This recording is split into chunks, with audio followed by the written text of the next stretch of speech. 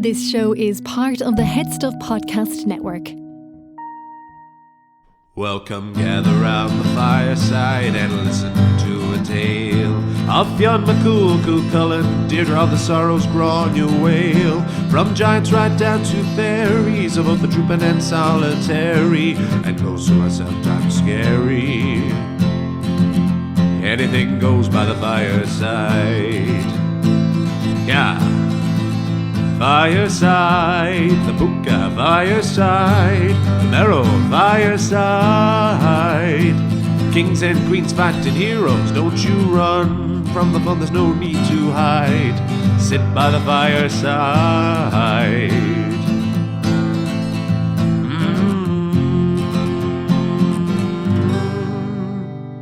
Fireside.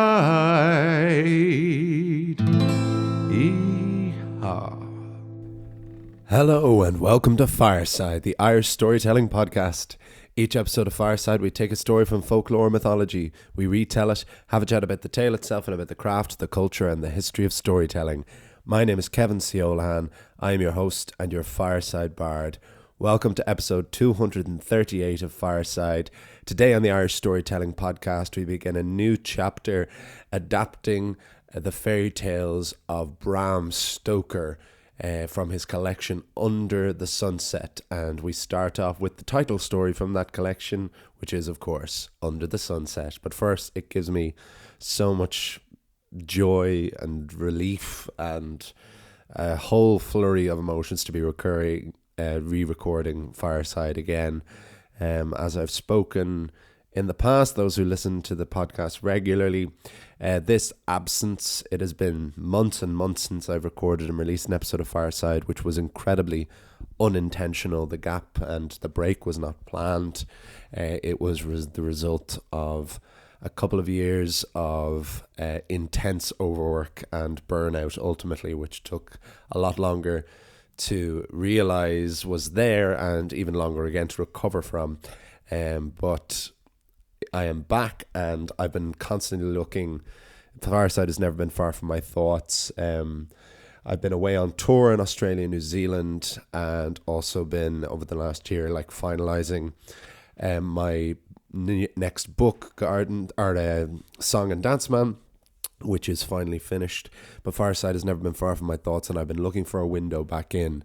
And I always knew I would try and get back to Fireside for Samhain, for Halloween, which was when I was recording it the last time, when I had another little short break between episodes. But this felt like the perfect time to get back. And that came with a book I discovered called Something in the Blood, which was a biography of Bram Stoker, an absolutely incredible book. Anyone who's interested in Stoker, or really just interested in Victorian England, in theatre, in folklore, obviously in literature, in horror. It just covered everything. He had such an incredible life.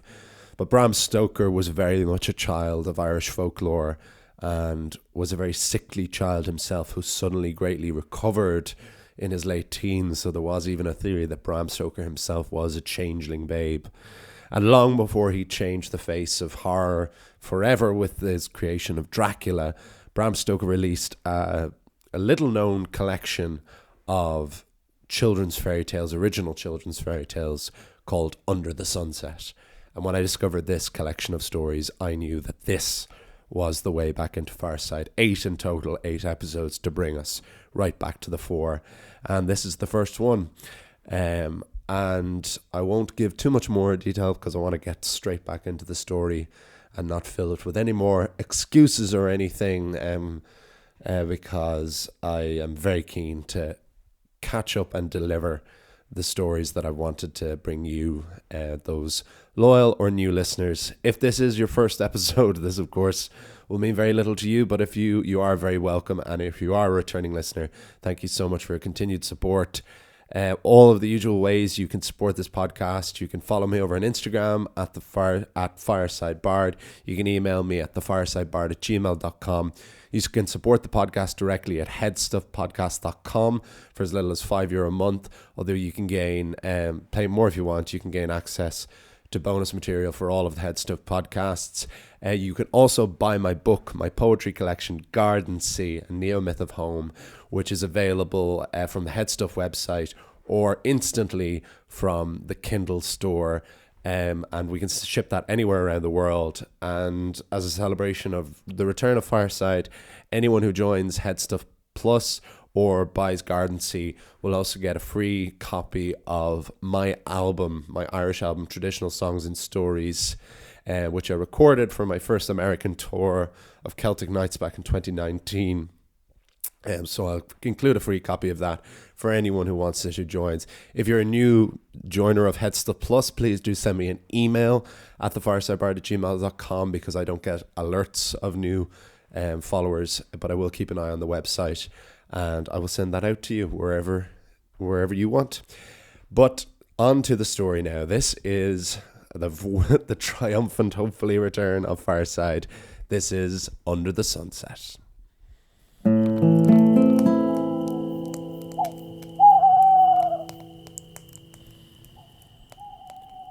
Under the sunset. There is a land, a country, that lies under the sunset. It is a place that we can only visit in our dreams. And indeed, dreams are the only way dwellers of the land under the sunset can visit us.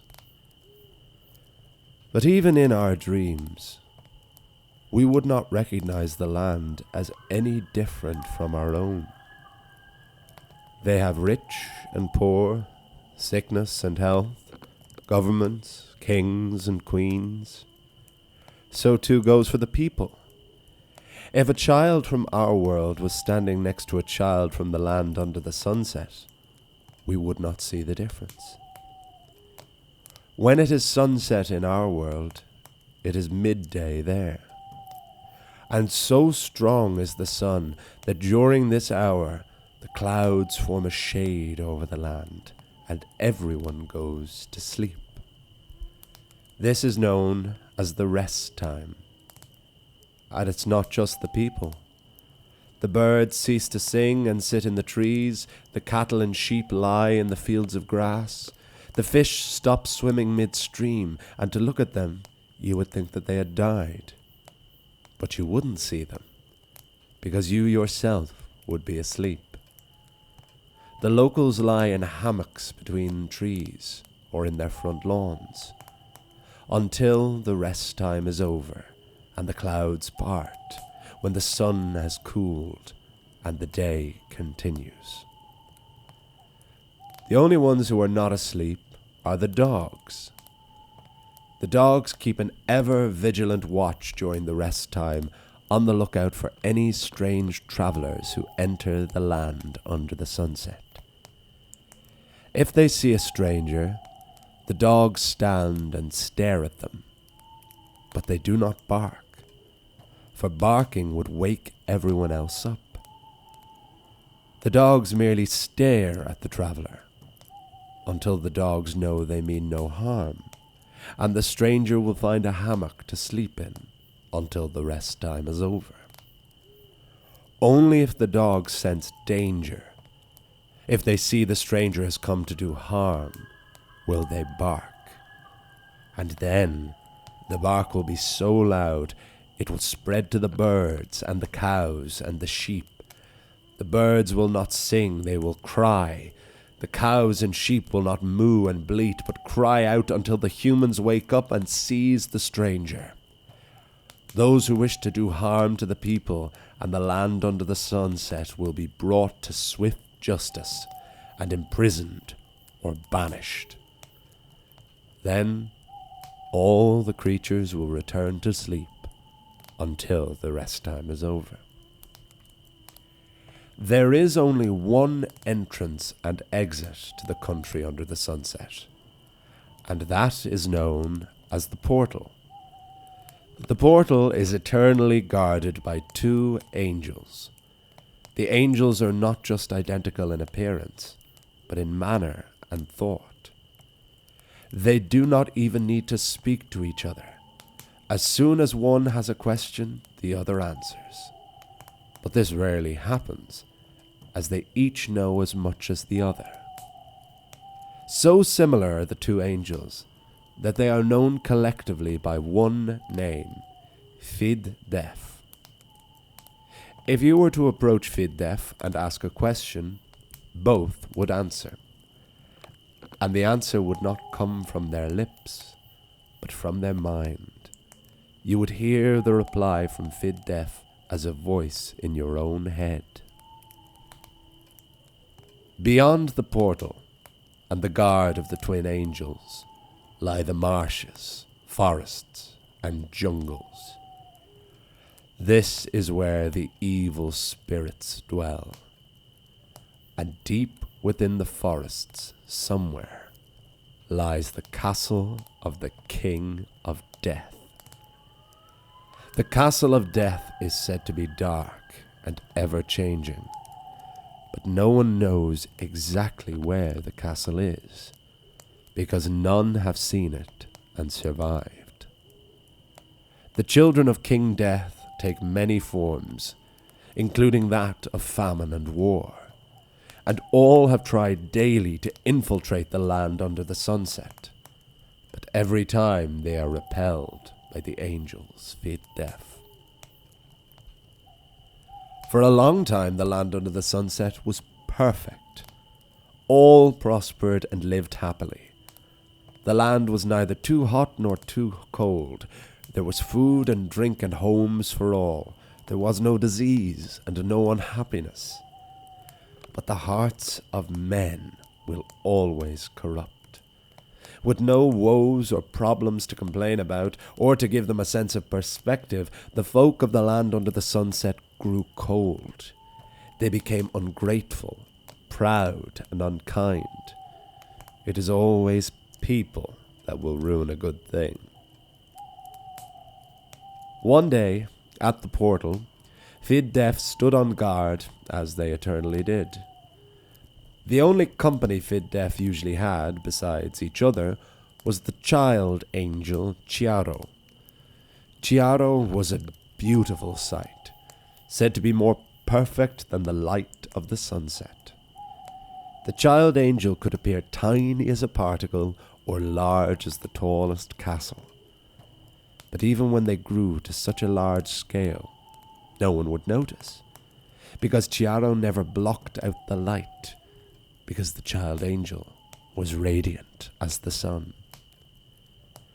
The child angel was perched as a tiny speck on the feather of a wing of Fid Def.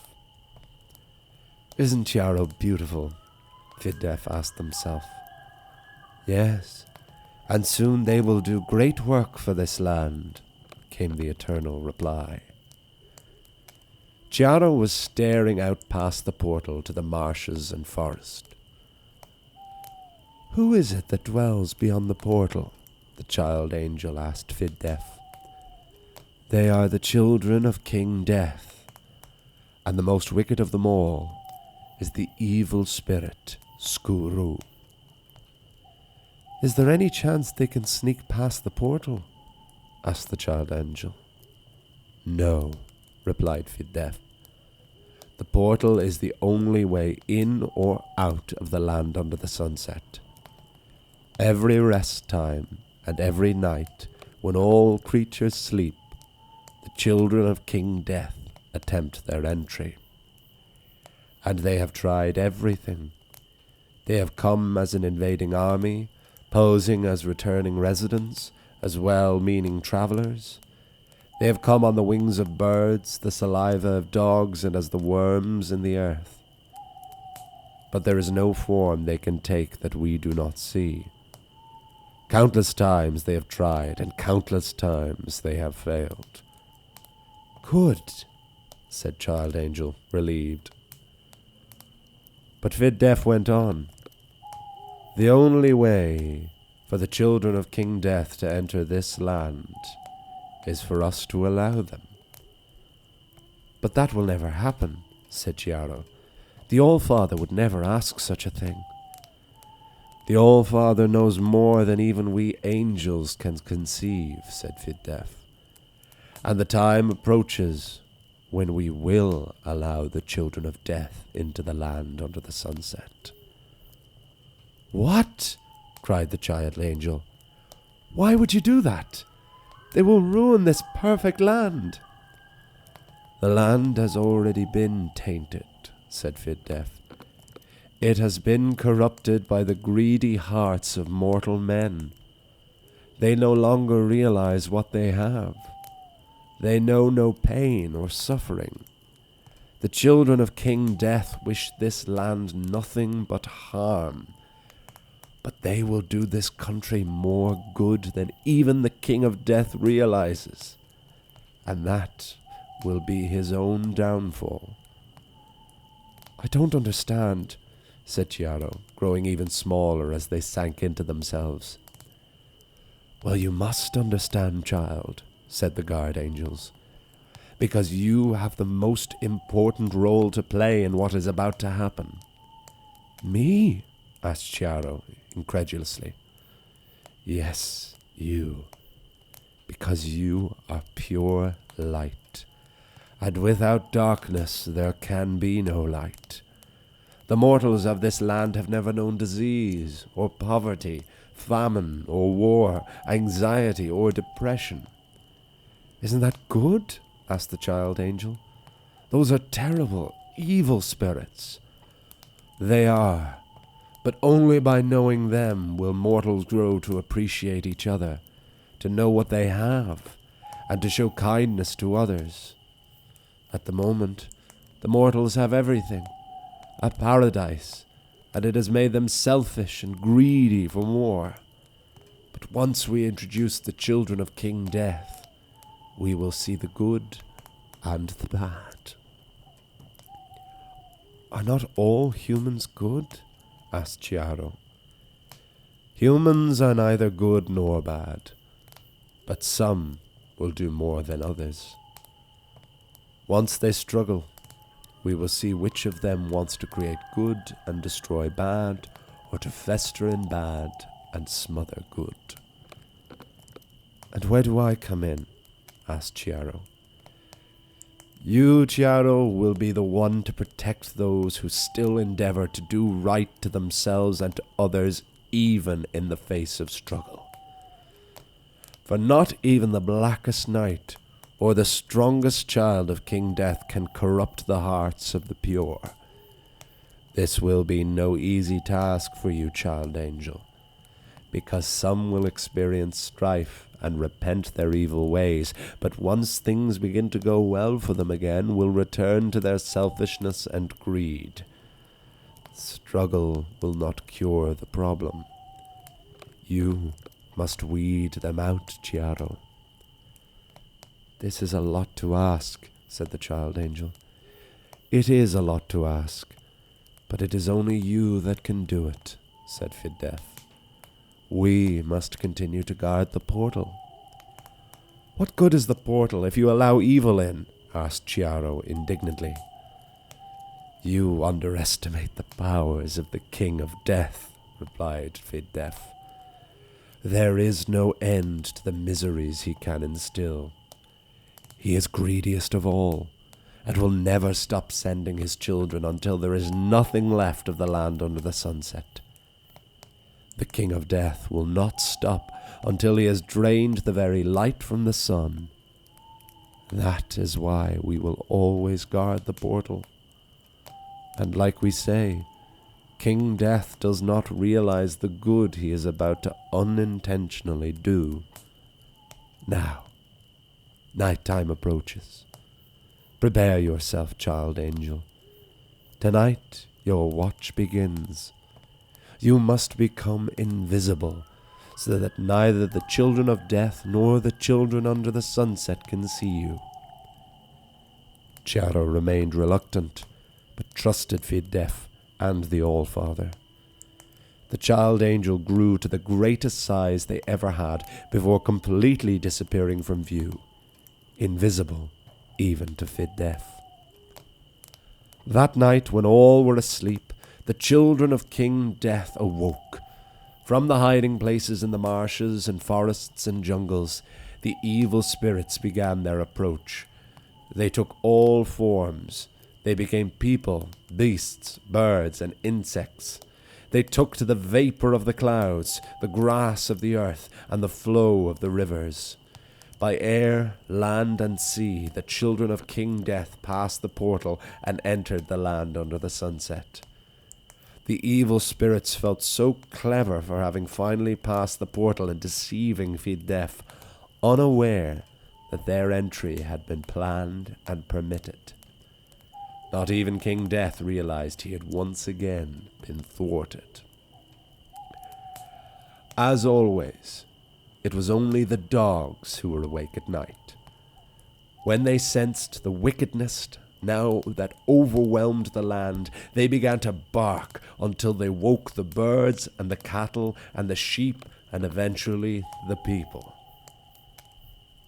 And the dogs never stopped barking. That is the day the perfect land under the sunset became indistinguishable from our own. But there will always be good there, as there will always be in our own world. That is why when you dream, it feels like you are in your own world, but something is different. Something you can't quite put your finger on. You are dreaming of the land under the sunset. And when you have a nightmare, you are dreaming of the children of King Death.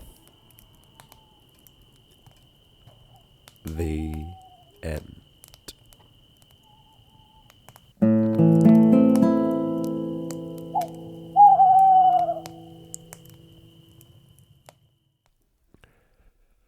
And there we have Under the Sunset, as adapted by Bram Stoker on Fireside. And I hope you all enjoyed it. Yes, I felt that as a return to form for the podcast, it needed to be some new world to begin with, and something that could tie in nicely with Samhain and with Halloween. And Bram Stoker entered my life in the right time to bring me back there. It was a book that, something in the blood that really felt like it called to me. I was in Hodges and Figgis in Dublin on Dawson Street, greatest bookshop in the world, and I didn't know what I was looking for, and I just saw the image of this book on one of the shelves. Hadn't been looking for it, hadn't really delved much into the life of Bram Stoker. I'd naturally read Dracula, knew little bits about his life, but nothing in great detail. And this was this big fat phone book, and it was one of the best books I've read this year, and so one of the best biographies I've ever read. Just incredible.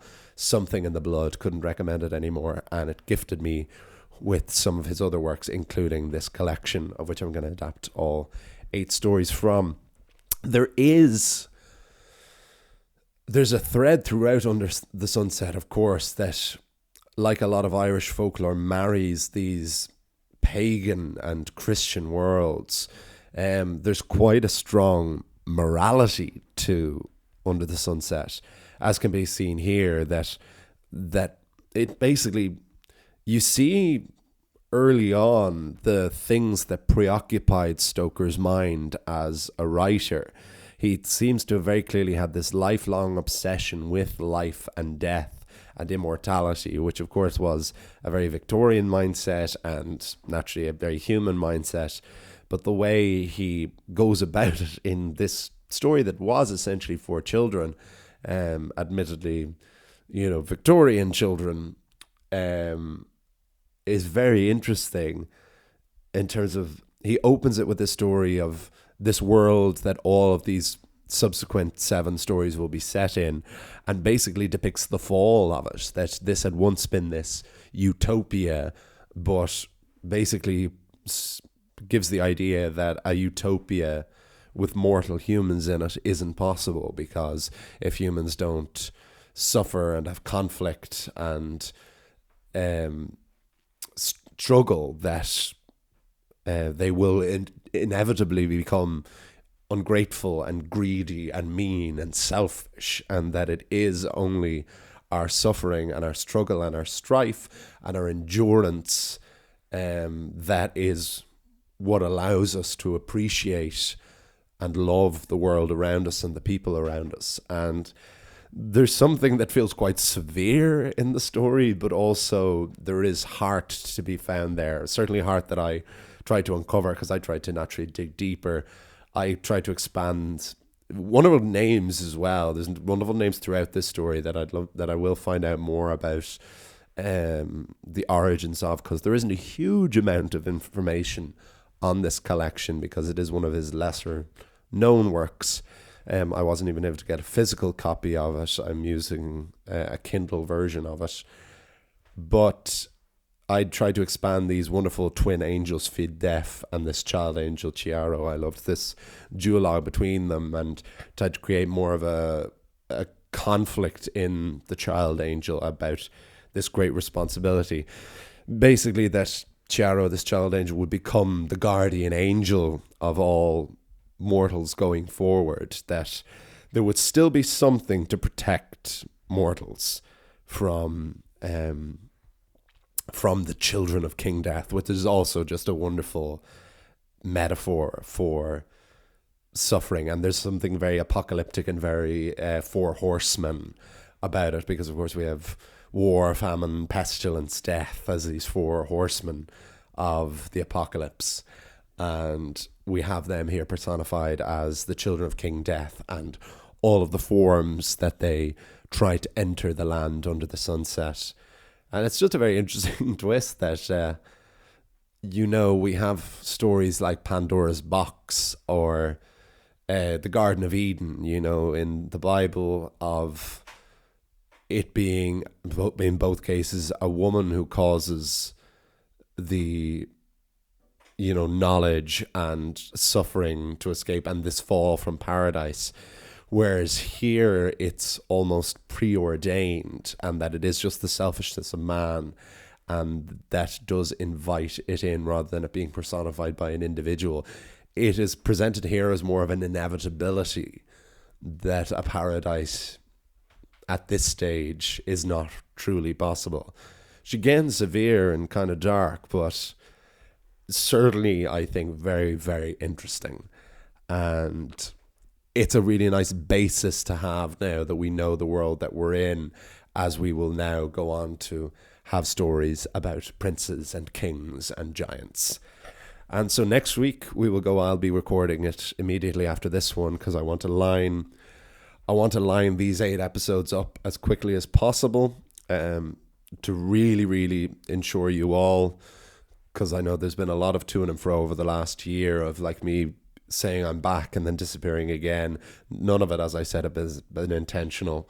I've had a very, very struggling. It's been a tough year. There's been a lot of good to it, but it's been one of the tougher years I've had mentally and physically, from a work standpoint as well. And I think I really overworked myself, and then suffered a huge amount of burnout, which robbed me of a lot of the creativity that brings me so much joy in my life, probably the most amount of joy.